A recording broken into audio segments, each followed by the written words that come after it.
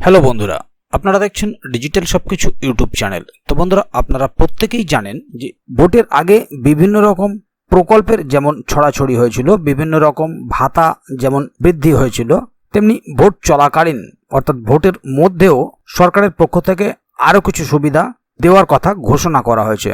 এবং এই সুবিধার মধ্যে এবারের সুবিধাটি একটু অন্যরকম, যেটাতে বলা হচ্ছে ৫,০০০ টাকা সরাসরি আপনার ব্যাংক অ্যাকাউন্টে ঢুকিয়ে দেবে সরকার। এবং এই ৫,০০০ টাকা সরাসরি আপনার ব্যাংক অ্যাকাউন্টে পেতে গেলে আপনাকে কি করতে হবে সেটা আজকের ভিডিওতে জেনে নিন। এবং কারা কারা এই ৫,০০০ টাকা পাবেন বা কাদের অ্যাকাউন্টে সরাসরি এই ৫,০০০ টাকাটা দেওয়া হবে সে বিষয়েও আজকের ভিডিওতে আপনাদের সঙ্গে আলোচনা করব। তো সে কারণে ভিডিওটি খুবই ইনফরমেটিভ হতে চলেছে, তাই ভিডিওটিকে প্রথম থেকে শেষ অবধি কোথাও স্কিপ না করে পুরোটাই দেখবেন, যাতে করে কোনো জায়গায় বুঝতে আপনার কোনো রকম অসুবিধা না হয়। হয়তো যে জায়গায় আপনি স্কিপ করবেন সেই জায়গাটাতেই আপনার বোঝার কোনো অসুবিধা হয়ে যেতে পারে।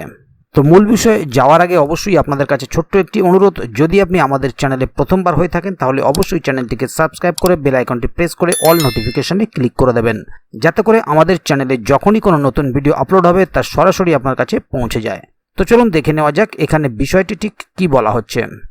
এখানে দেখুন একটি আর্টিকেল প্রকাশিত হয়েছে, ৫,০০০ টাকা ডাইরেক্ট অ্যাকাউন্টে দেবে সরকার, ভোটের মধ্যেই বিরাট ঘোষণা নেতার। লোকসভা নির্বাচনের আবহাওয়ার মধ্যে বিরাট ঘোষণা, এবার মাসে ৫,০০০ টাকা করে পাবেন বঙ্গবাসীরা।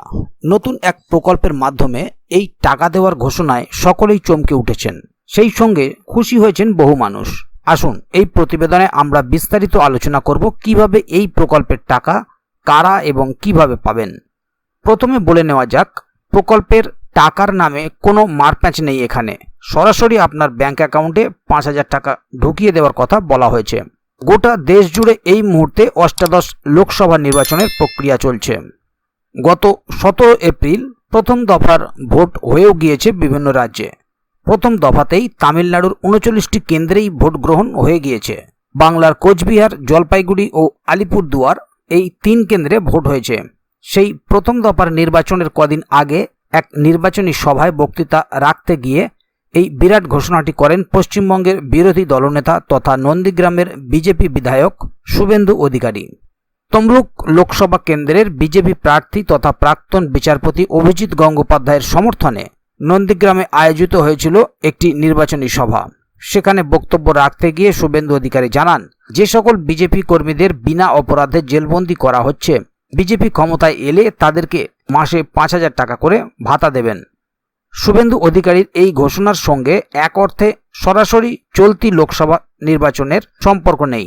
২০২৬ সালের পশ্চিমবঙ্গের বিধানসভা ভোট অনুষ্ঠিত হবে। সেখানে যদি তৃণমূল কংগ্রেসের বর্তমান সরকারকে হারিয়ে বিজেপি ক্ষমতায় আসে, তখন তারা এই বিষয়টি কার্যকর করতে পারে।